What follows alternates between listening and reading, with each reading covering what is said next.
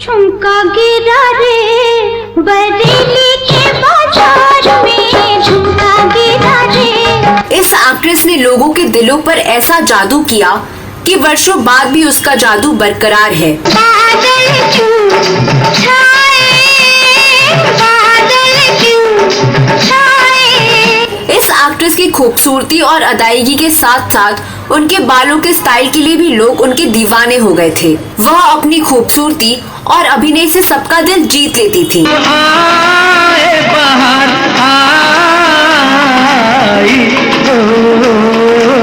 आम लोगों से लेकर बड़ी बड़ी हस्तियां उनके स्टाइल की कॉपी करती थी और आज भी केवल उनके चाहने वाले फैंस ही नहीं बल्कि कई एक्ट्रेसेस तक साधना के स्टाइल को फॉलो करती हैं। फूलों की रानी बहारों की मलका तेरा मुस्कुराना। लेकिन जिस एक्ट्रेस को देखने और जिसकी नकल करने के लिए आम से लेकर खास लोग बेताब रहते थे, उनके आखिरी समय में जब उनकी हालत काफी खराब हो गई, तब लोगों ने उनसे दूरी बना ली और कोई भी मदद करने के लिए नहीं आया। यहाँ तक कि जब वह अपनी लाइलाज बीमारी और अपनी तन्हा जिंदगी की परेशानियों से जूझ रही थी, तब बॉलीवुड की कुछ हस्तियों ने ही उन्हें दुख दिया। इस वीडियो में सबके दिलों पर राज करने वाली उसी अभिनेत्री के उतार चढ़ाव से भरपूर जिंदगी के बारे में रोंगटे खड़ी कर देने वाली जानकारियां देने जा रही हूँ, जो आखिरकार दुख भरी जिंदगी छोड़कर गुमनामी में ही मतलबी दुनिया को छोड़कर चली गई। तो आप बने रहिए हमारे साथ। आपने अगर हमारे चैनल क्लासिक एरा को सब्सक्राइब नहीं किया है तो तत्काल सब्सक्राइब कर लें। तो चलिए वीडियो की तरफ। नमस्कार दोस्तों, मैं आपकी दोस्त और होस्ट साची और फिल्मों, गीतों और फिल्मी हस्तियों पर आधारित हमारे चैनल क्लासिक एरा में आपका स्वागत है। दोस्तों, आज इस वीडियो में बात करने जा रही हूँ हिंदी सिनेमा की मशहूर अभिनेत्री साधना की, जिन्होंने 60 से 70 के दशक में सिनेमा के पर्दे पर ऐसी चमक बिखेरी जो आज भी कायम है। दोस्तों, साधना का पूरा नाम साधना शिव दासानी था। उनका जन्म पाकिस्तान के कराची में 2 सितंबर 1941 को एक सिंधी परिवार में हुआ था। उनके पिता का नाम शेवाराम और माता का नाम लाली देवी था। माता पिता की एकमात्र संतान होने के कारण साधना का बचपन बड़े प्यार के साथ बीता, लेकिन 1947 में भारत की बंटवारे के बाद उनका परिवार कराची छोड़कर मुंबई आ गया था। उस समय साधना की आयु केवल 6 साल थी। साधना का नाम उनके पिता ने अपने समय की पसंदीदा अभिनेत्री साधना बोस के नाम पर रखा था। दरअसल साधना के पिता को एक्ट्रेस साधना बोस काफी पसंद थी, इसलिए अपनी बेटी का नाम भी उन्होंने साधना ही रखा। साधना रिश्ते में करीना कपूर और करिश्मा कपूर की मौसी लगती है। दरअसल करीना की मम्मी बबीता और साधना चचेरी बहनें हैं। साधना ने मात्र 14 साल की उम्र में बतौर बाल कलाकार 1955 में आई फिल्म श्री 420 के एक गाने इचक दाना बिचक दाना में नरगिस के पीछे बच्चों की भीड़ में दिखी थी। बिचक दाना दाने ऊपर दाना, इचक दाना। इसके बाद 1958 की अबाना में अभिनेत्री शीला रमानी की छोटी बहन की भूमिका निभाई थी। इसके लिए उन्हें टोकन के तौर पर मात्र 1 रुपया मिला था। इसके बाद एक मैगजीन में साधना की तस्वीर छपी। तब के मशहूर प्रोड्यूसर शशधर मुखर्जी ने वह तस्वीर देखी, जो अपनी फिल्म लव इन शिमला के लिए हीरोइन के तौर पर एक नए चेहरे की तलाश कर रहे थे। उन्होंने अपनी फिल्म के लिए साधना को साइन कर लिया। शशधर मुखर्जी ने इस फिल्म में अपने बेटे जॉय मुखर्जी को बतौर हीरो लॉन्च किया। यह फिल्म 1960 में रिलीज हुई। इस फिल्म के डायरेक्टर R.K. नैयर को साधना का चेहरा थोड़ा अजीब लग रहा था। नैयर को साधना का माथा बहुत चौड़ा लगा।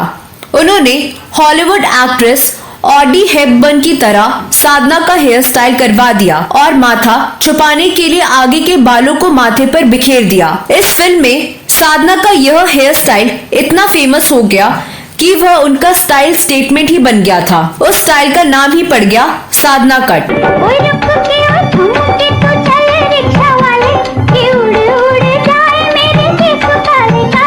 साधना ने 1961 में एक और हिट फिल्म हम दोनों में देवानंद के साथ काम किया। अगले साल 1962 में वह फिर से निर्देशक ऋषिकेश मुखर्जी की फिल्म असली नकली में देवानंद के साथ थी। 1963 में H.S. रेवेल द्वारा निर्देशित फिल्म मेरे महबूब में साधना राजेंद्र कुमार की हीरोइन बनी। हुस्न जरा जाग तुझे इश्क जगाए, तुमसे इजहारे हाल कर बैठे, याद में तेरी जाग जाग के हम। यह टेक्निकलर फिल्म ब्लॉकबस्टर साबित हुई। तुझको बड़े अरमान से आया हूँ सुनाने। यह 1960 के दशक के शीर्ष 5 फिल्मों में शामिल रही। मेरी महबूब की लीड एक्ट्रेस का रोल पहले निम्मी को ऑफर किया गया था, लेकिन ना जाने क्या सोचकर निम्मी ने लीड एक्ट्रेस का रोल ठुकराकर राजेंद्र कुमार की बहन का रोल किया। इस फिल्म से साधना रातों रात स्टार बन गई। 1964 में उनके डबल रोल की फिल्म वो कौन थी रिलीज हुई, जिसमें मनोज कुमार हीरो थे। इस फिल्म में उनका रहस्यमय किरदार हिंदुस्तानी सिनेमा में अमर हो गया। साधना को इस फिल्म में लाजवाब एक्टिंग के लिए सर्वश्रेष्ठ अभिनेत्री के रूप में पहली बार फिल्म फेयर अवार्ड के लिए नामांकित भी किया गया था। क्लासिक्स फिल्म वो कौन थी मदन मोहन की लाजवाब संगीत और लता मंगेशकर की लाजवाब गायकी के लिए भी याद की जाती है।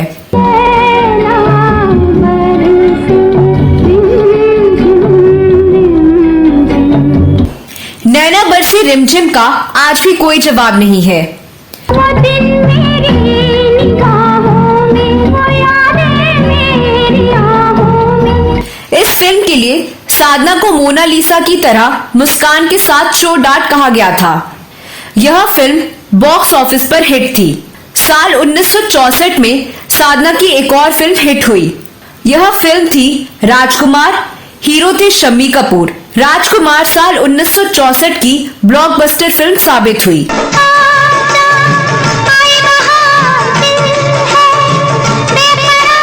1965 में उनकी मल्टी स्टार कास्ट की फिल्म वक्त रिलीज हुई, जो इस साल की ब्लॉकबस्टर भी थी। वक्त में साधना ने तंग चूड़ीदार कुर्ता पहना, जो इससे पहले कभी किसी हीरोइन ने नहीं पहना था। साल 1965 में साधना की एक और फिल्म सुपरहिट रही, रामानंद सागर की आरज़ू, जिसके गानों ने तहलका मचा दिया था। न दिल होश में है न हम होश में है, नजर का मिलाना गजब हो गया। साधना ने 1966 में सुनील दत्त के साथ रहस्यमयी फिल्म मेरा साया और 1967 में मनोज कुमार के साथ अनीता की। दोनों फिल्मों में हीरोइन साधना डबल रोल में थी। मेरा साया के गाने झुमका गिरा रे बरेली के बाजार में पर साधना के डांस ने दर्शकों को दीवाना कर दिया था। सैया आए नैन झुकाए घर में चोरी चोरी।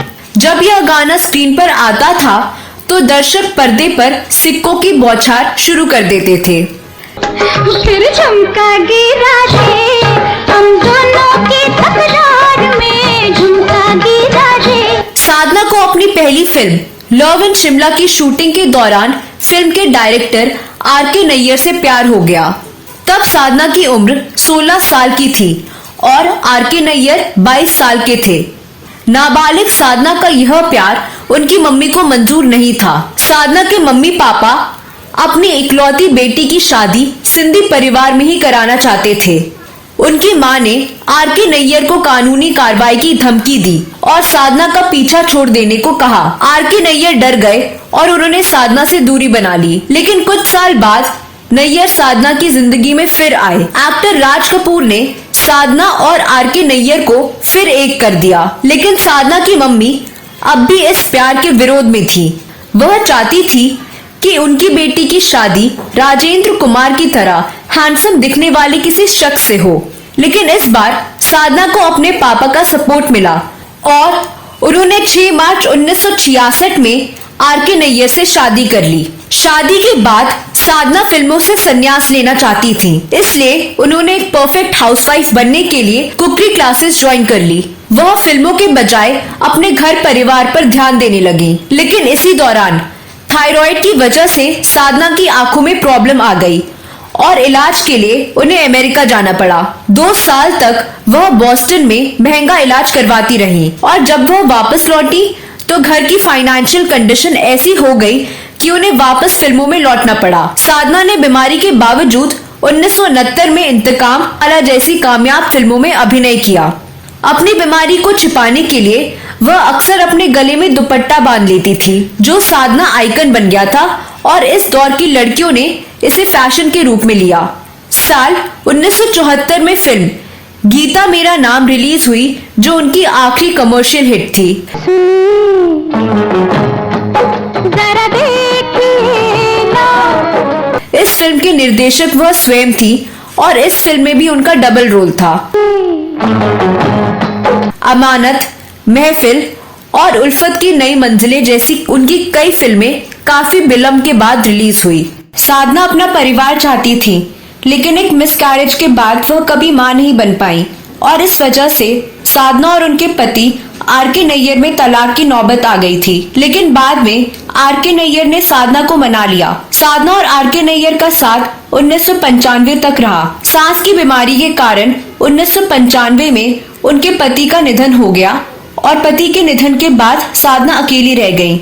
इसी दौरान वह एक और मुसीबत में पड़ गई, क्योंकि जिस मकान में वह किराए पर रह रही थी यह बंगला आशा भोसले का था। आशा भोसले ने साधना पर अपने बंगले के गार्डन पर कब्जा करने का आरोप लगाया था। इसको लेकर आशा भोसले ने उन पर मुकदमा कर दिया। साधना की तबीयत भी खराब रहने लगी और बीमार होने के बावजूद उन्हें मकान के मुकदमे के चलते कोर्ट और पुलिस के चक्कर लगाने पड़े थे।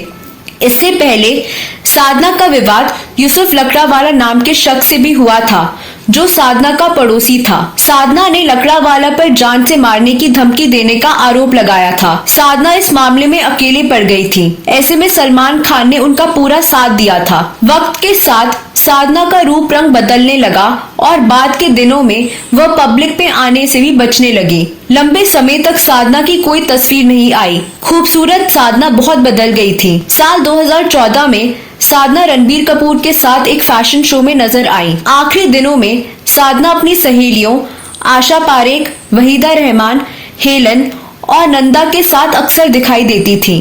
25 दिसंबर 2015 को साधना की मौत हो गई। कभी इंडस्ट्री पर राज करने वाली साधना के अंतिम संस्कार में बॉलीवुड के चंद लोग ही शामिल हुए और उन्हें अचानक भुला दिया गया। तो दोस्तों, आपको साधना की कौन सी फिल्म सबसे अच्छी लगती है और उन पर फिल्माया हुआ कौन सा गाना आपको सबसे अच्छा लगता है? इस वीडियो में बस इतना ही। यह वीडियो कैसा लगा जरूर बताएं। साधना के बारे में आपके पास कोई और जानकारी है तो कमेंट बॉक्स में अवश्य लिखें। अगले वीडियो में मैं फिर फिल्मों, गीतों और फिल्मी हस्तियों से जुड़ी कोई नई कहानी या नई जानकारी लेकर हाजिर हो जाऊंगी। अगले वीडियो में फिर मुलाकात होगी। तब तक के लिए नमस्कार।